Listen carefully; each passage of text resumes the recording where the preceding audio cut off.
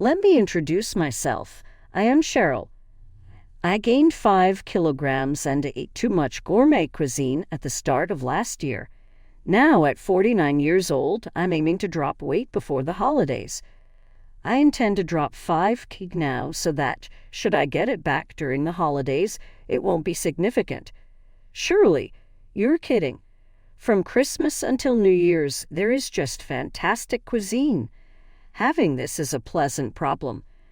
I'll most likely find myself purchasing Valentine's chocolates as well. Oh, I start drooling right now. Looks like this year I'll start to weight more once more. All right then. I wanted to share with you today a winter story I had. It concerns events that occurred 28 years ago. Following several years of dating, my boyfriend, Paul, and I were engaged, and I brought him to see my parents. This was the supposedly marriage welcome. Paul was liked by my parents. Everything was expected to happen without a hitch. But then there was a problem when my older sister, Laura, 3 years my senior, arrived home from work. She fixed herself on Paul. Strange as it seems, sisters can feel one another. She had fallen in love with Paul the instant she laid eyes on him. I prayed it was only a passing crush. She blushed and held on somewhat too long, though, when she shook his hand. She had this dreamy look in her eyes even while she spoke with him. Though perhaps she didn't even understand she was acting like that toward my fiancé, I felt it was wrong for her. Since emotions can be difficult to manage, I chose to pretend I didn't notice in hopes my sister wouldn't act on her feelings. But as Paul departed, my sister, just out of the bath, still wrapped in a towel, greeted me. "You should call off the engagement," she said. Paul was a womanizer, she said, and I could find someone better. She kept berating him, but she had no actual justification for it. "Why do you consider he to be a player?" I begged her. "It's a woman's intuition," said she. My sister has never had a partner, hence how could I believe her woman's intuition when she has never dealt with men? Having known Paul for years, I felt I should have faith in him. Saying, "Yeah, I'll be careful," I lightly dismissed my sister's advice, not really paying it any thought. Paul then began routinely visiting our house. I felt comfortable inviting him around since he mentioned he wanted to establish a friendly relationship with my family. Given Paul was going to be my husband, my parents were content, and I hoped he would get along with them. But my sister had different ideas while things ought to have been running nicely. She pursued a different kind of close proximity to Paul. Paul said she would grasp his arm, rub her chest against him, and question, "Don't you think Marion is a bit immature?" When I was away. She even sought his phone number and even deliberately dropped in a way that revealed her underpants. Paul remarked it was actually humorous as it was so overdone. But if he were the kind of man to treat it seriously, I would have been concerned. Since Paul couldn't straight reject her since she was my sister felt she had a shot. She would approach him sweetly and say, "Hey," every time they crossed paths. It began with her falling in love at first sight, but Paul's employment for a large corporation made him even more attractive to her. He's reliable, has a face I like, and seems like the kind of man who can offer security for the future, she told me. She was utterly enthralled with him. Although they watched all of this going on, my parents said nothing. Actually, it was not unusual for them to remain silent regarding my sister's behavior. To be honest, she's always been the kind that has difficulty with things. She might unintentionally use a plastic dish that isn't heat-proof, for instance, if requested to warm food, and it melts. She struggled both in sports and in academics. She routinely missed swimming lessons with claims of foot injuries, illness, or skin problems. She struggled in sports, homework, even housework. To be honest, she also lacks very attractive features. She is the eldest daughter, hence my parents always treated her differently and gave her particular attention. They even subtly assigned me the obligation of helping her. I was advised continuously to make sure she stood out, but I never brought attention to myself. Being treated so differently as siblings felt unfair, but I suppose my parents felt sorry for her since she seemed to be someone incapable of anything on her own. Conversely, I have always been the kind to accomplish tasks fast and effectively. Perhaps the adults didn't value much of aiding someone who could take care of things themselves. I thus developed good management of my sister's requirements. To balance things, occasionally I would even act to be less competent in public. But as I matured out of my adolescent years, I came to see that carrying on like this would not be long-term beneficial. I began rebuffing my parents and acting any way I wanted. Had I continued to follow all the rules, I would have turned into someone unable of anything. My sister didn't like it much when I started advocating for myself, as she was losing my support. Still, we never truly had a poor relationship. We could still have regular conversations, and occasionally I would counsel her when she was struggling. Though our family had problems, my sister was very protective and there was some conflict among us. I still considered us to be a rather typical family. Things changed, though, when Paul failed to share in my sister's sentiments. The knowledge that her younger sister was getting married before her broke her. My sister burst out to our parents the night before my wedding. "I can't accept that my younger sister is getting married before me," saying, "Don't worry, Laura, you'll find a good partner soon, too." My dad tried to cool her off. I concurred. "Yeah, Laura, it's not a big deal." She was not having it, though. Usually, the younger sister marries first, then the older sister. She is too young for this. "The wedding is tomorrow," I reminded her. "About what are you referring?" "Mom, do you not concern about me? I will be the left-behind poor older sister as her little sister travels on." She tears. I listened silently from the corridor that evening as my sister and our dad bargained. Should my sister indeed first be married? If I waited for her to be married, I would find myself considerably older without forward development in my own life. Her mind was what? After airing her frustrations, I expected she would cool off. Then I heard something quite startling. "Laura, we won't be at the wedding tomorrow. Kindly be cool with that," my father said. "Exactly what?" My parents both agreed not to show up for my wedding merely to keep my sister happy. It still amazed me. They seemed to be under some spell, acting any way she desired. This beyond mere gratification of her needs? Still not quite happy, my sister sighed even then. "Okay, I'll make concessions. Let her have a wedding nobody remembers." She obviously didn't want me to wed Paul, probably because she harbors affections for him. That my sister's jealousy caused my parents to skip my wedding seemed unreal. My wedding's day arrived, but the night before I hardly slept. Rather of exhilaration, I was nervous and uncomfortable, thinking about what had happened nonstop.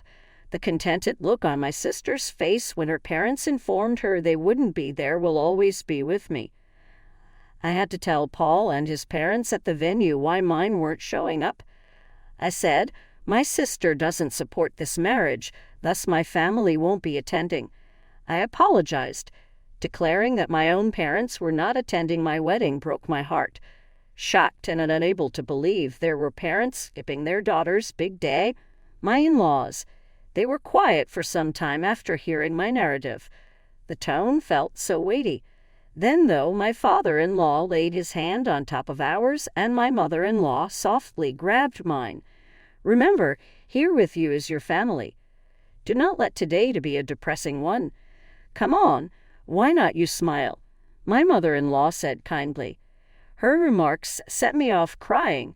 Seeing me wither, Paul gently caressed my head and whispered, "Ashley, I'm your husband now, so please stop saying that your family isn't here." Paul and my in-laws hurried to make me laugh, jokingly advising me not to cry since my makeup might smear. "Ashley, I know things are tough with your family back home, but this is the start of a new life," my mother-in-law gently offered. "Let's start your family together." Though I felt abandoned, her words and firm hug comforted me. Paul and my father-in-law gave hugs, and I told myself everything would be well. This was a fresh starting, as my mother-in-law observed. I resolved myself to create my own contented family. Also, that day I formally wed Paul. Since that day, 18 years have gone by. Paul and I had 3 boys and a daughter in that period. Our daughter watches after her 3 cheeky brothers, who occasionally cause havoc in the house. She is capable. Even now, I find myself yelling, "Stop it now," quite regularly. Paul's career has been performing admissibly. We moved into a house and have been leading a steady life. Then something quite unanticipated occurred. At our residence showed up my mother, father, and sister. I hadn't given them our new address and had kept my distance from them following the wedding. Still, they came unannounced and somehow located us. When they showed up, instead of a friendly, long time no see, my first words came out as, "What do you want?" "I need a favor from you," my sister stated. Looking at me with austere expressions, my parents added, "It's something only you can do for us." After 18 years of silence, I had no idea what they would possibly wish for. Half intrigued, half terrified, I pondered what was happening. I said nothing as my mother spoke. "We want you to offer Paul to your sister." "What?" Her statement stunned Paul as well as myself. "Wait a minute, what do you mean I should send Paul away?" I demanded harshly. My sister stood there arrogant and proud as my parents both turned away, guilty. She is still single and turning 45 this year. "That presents a challenge," my father remarked. Paul seemed exactly as perplexed, and his comments made no sense to me. Actually, my father said, "She's unemployed now. The company she worked for lately went out of business recently. It's tough. Her future worries us. She is single and unemployed. We sincerely hope you understand. Given your sisters, you ought to feel the same way." Though I sat quiet, waiting to see what they would say next, in my head I thought, "No, I definitely don't think so." Though I held back from saying anything, eager to hear my father's point of view, I was growing annoyed with his plodding speech. "She's still alone because she always admired Paul. You had time with him. Could you let her to have him for her lifetime?" "What?" I was silent, Paul as well. "Please," my parents begged constantly. My sister stood there boldly, sure she would receive what she wanted. Given how my parents usually catered to her, it made logical that she believed this, but the demand was absurd. Paul drew me aside and murmured, this could actually be a chance, as I buried my head in my hands. "A chance? What exactly do you mean?" I inquiries. "Well, keep in mind the joke you made drunk. It's like it's coming true," he said, just slightly smiling. "Then should we follow it?" I questioned. Rising, we turned back to face my parents and sister. I questioned, "Do you truly love Paul that much?" My sister found herself taken aback. Surprised, she blinked once, then replied, Yes, I have loved him all this time." "Wow, that's a major love," I said. "You have been in love with him for 18 years, even though he is wed to me." "Indeed," she answered. "Seeing you and Paul together has been really agonizing." It ought to have been me. At her sober tone, Paul and I could hardly control our giggles. Breathing deeply, I said, "Okay, I give up. I'll move aside if you love him that much." Shock was evident in my parents. My mother asked rapidly, "Really? Do you not love Paul as well?" Looking at Paul, "No, actually," I responded. "To be honest, Laura has always appealed to me." Paul joined in, turning to my sister and adding, "Yeah, I've always liked her too." The smile on my sister's face radiated delight. Her flushed with enthusiasm. "Really?" she asked. I realized it. "When I held you, you never objected. Your eyes always seemed so lovely," my sister remarked with great enthusiasm. "I have been waiting for this, and at last it is here." I had to restrain my laughter. I could see Paul acting as though he was crying, but his shoulders shook from trying not to laugh. We merely needed to keep this up a bit longer. We'll always be together from now on, Paul, my sister suddenly declared, behaving as though they had been a relationship all along. She was quite laid back about it, as if she had been living in this fantasy for 18 years. Laura, I'm happy, Paul said grinningly. Please be my support going forward. Clearly delighted, she answered. Yes, absolutely. Paul declared, smiling. So I'm going to quit my job. The smile of my sister vanished right away, and her face became shocked. Very interesting. Yeah, Laura, I want to be with you all the time, so I'm quitting my job to always be at your side. Clearly not anticipating this, she muttered. What? I won't even go outside anymore, Paul exclaimed joyfully. I will be following you everywhere. I will even observe you from behind handling housekeeping. Our parents clearly seemed troubled when my sister paused momentarily, her panic settling in. Nevertheless, I'm not working either. She sighed. This is a problem. What is the issue? Together, we have nothing to worry about. Paul shot back. We don't need money to be happy. But we now have to pay for things like insurance. It's not as in the past. We cannot survive on love by itself, she said, her eyes straying from focus. Sensing the moment, I leaped in. Paul, you better pay up, since I will be taking a significant portion of the assets should we find ourselves divorcing. Laughing, Paul added, Don't worry. Your sister and parents will cover everything. Hearing this, my parents grew pale and looked worriedly at one another. Laura, my father remarked, this is tough to say, but this isn't right. Taking your sister's husband is wrong. Exactly, Laura, my mother said, abruptly veering away from the scheme. Like all the love and encouragement from my sister disappeared in a flash. What do you mean? To me, you promised Paul. Laura cried out, her annoyance mounting. My father started. That was before, but she stopped him off. I wish not to hear it. Is anyone not supporting me? Laura yelled and in her panic grabbed my mother's hair. Though it was anarchy, my father tried to cool her off. Among all this, Paul gently spoke up in the center. Laura, to be very honest, you are not my type. Although Ashley's sister, I respect you just. Everybody stopped talking now, focused on him. I don't particularly want to interact with you, especially when you look at me like that, Paul replied. That gaze really makes me turn away. It greatly bothers me to know someone has unreturned sentiments for me. His honest statement stunned his sister and dad. Clearly puzzled, my sister asked, But Paul, what was all that earlier? I exclaimed sharply, Stop acting so casually with someone else's husband. He could never fall in love with you.